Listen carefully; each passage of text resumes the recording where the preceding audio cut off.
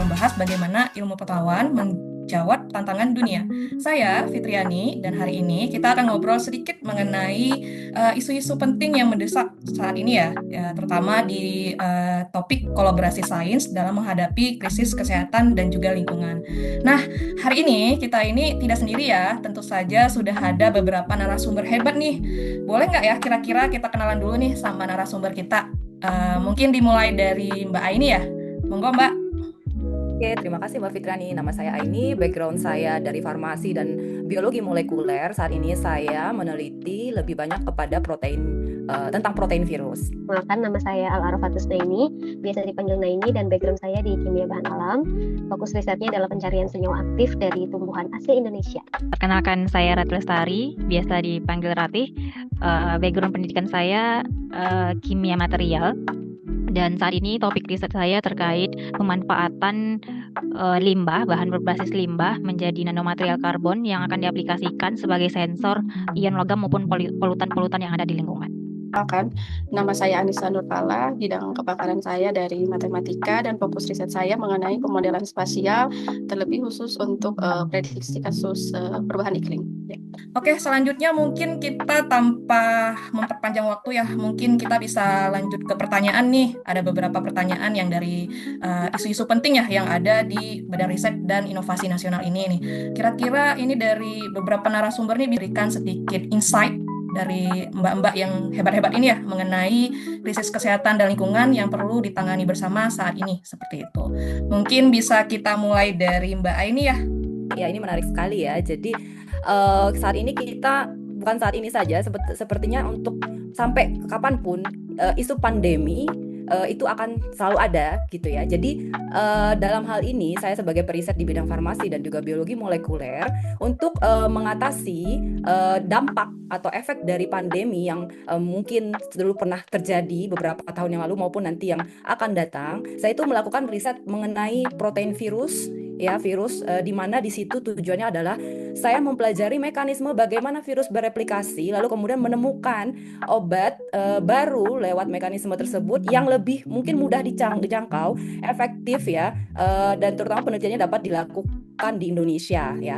Obat-obat tersebut bisa dalam bentuk apapun, baik itu obat kimia maupun nantinya dalam pengembangan vaksin. Mungkin selanjutnya kita lanjut ke Mbak Naini nih, kira-kira tantangannya untuk di lingkungan dan kesehatan di bidang kimia bahan alam dan pencarian obat dari bahan alam ini kira-kira apa ya Mbak Aini?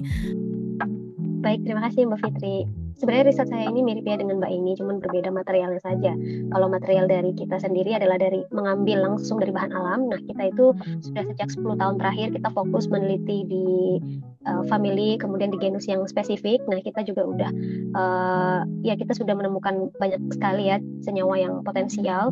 Harapannya kita tidak kalah dengan China yang menemukan taksol, kemudian menemukan artemisinin. Nah, kita sebagai bangsa yang besar, harapannya kita juga menemukan senyawa-senyawa yang powerful seperti itu.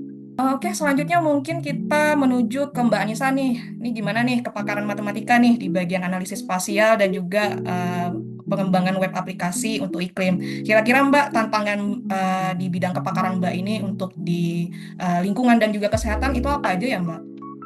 Mungkin terkait tadi ya menyambung dari Mbak Aini ya terkait kasus pandemi gitu ya. Salah satu inovasi yang penting itu adalah pemodelan spasial, di mana menggabungkan data lokasi, kemudian mobilitas dan lingkungan untuk memetakan penyebaran penyakit secara real time. Nah, menariknya lagi, pendekatan ini juga sangat relevan untuk menghadapi krisis iklim. Perubahan iklim itu merupakan pola cuaca yang mempengaruhi persebaran faktor penyakit, kemudian meningkatkan risiko zoonosis, lalu data iklim, kualitas udara dan suhu lingkungan ini ikut dimasukkan dalam model prediksi penyebaran penyakit seperti contoh misalkan DBD, malaria, atau bahkan misalkan nanti suatu saat ada pandemi baru gitu ya. Artinya pemodelan spasial ini menjadi jembatan antara krisis kesehatan dan krisis lingkungan, dan kuncinya tetap satu, yaitu adalah kolaborasi antara ilmuwan, pemerintah, teknologi, dan masyarakat.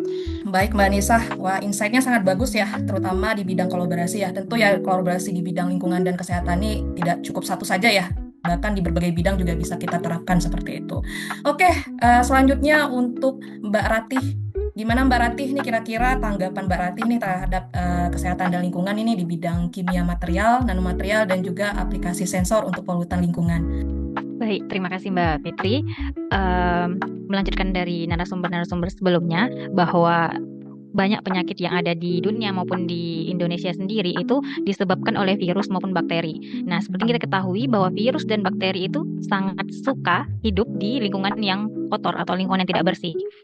Nah, jadi kita sebagai peneliti dan bidang saya itu kimia material, saya berinovasi bagaimana caranya supaya limbah atau yang mengotori lingkungan kita ini bisa digunakan menjadi bahan lain atau material lain yang lebih berharga gitu. Nah, di sini saya memanfaatkan plastik, di mana plastik kita ketahui sendiri bahwa produksi plastik selalu meningkat karena memang kita selalu menggunakannya, dan adanya penggunaan plastik yang terus-menerus ini menyebabkan jumlah plastik di lingkungan juga meningkat karena plastik nggak mudah terdegradasi gitu. Nah, sedangkan plastik ini itu punya kandungan karbon yang tinggi ya. Nah, karena adanya kandungan karbon yang tinggi ini bisa kita manfaatkan menjadi material nanomaterial karbon atau kita kenal dengan karbon dot, nanomaterial karbon nol dimensi seperti itu, yang dapat nantinya kita aplikasikan pada berbagai bidang. Bisa itu sebagai sensor, bisa juga sebagai fotokatalis atau material yang bisa mendegradasi zat warna misalnya di lingkungan seperti itu. Jadi di sini saya memanfaatkan limbah plastik menjadi material yang lebih berguna dan nantinya akan digunakan untuk deteksi ion logam, baik itu ion Fe3+ misalnya ataupun ion timbal, ion kadmium yang ada di perairan yang kalau misalnya kita konsumsi itu akan membahayakan tubuh kita seperti itu.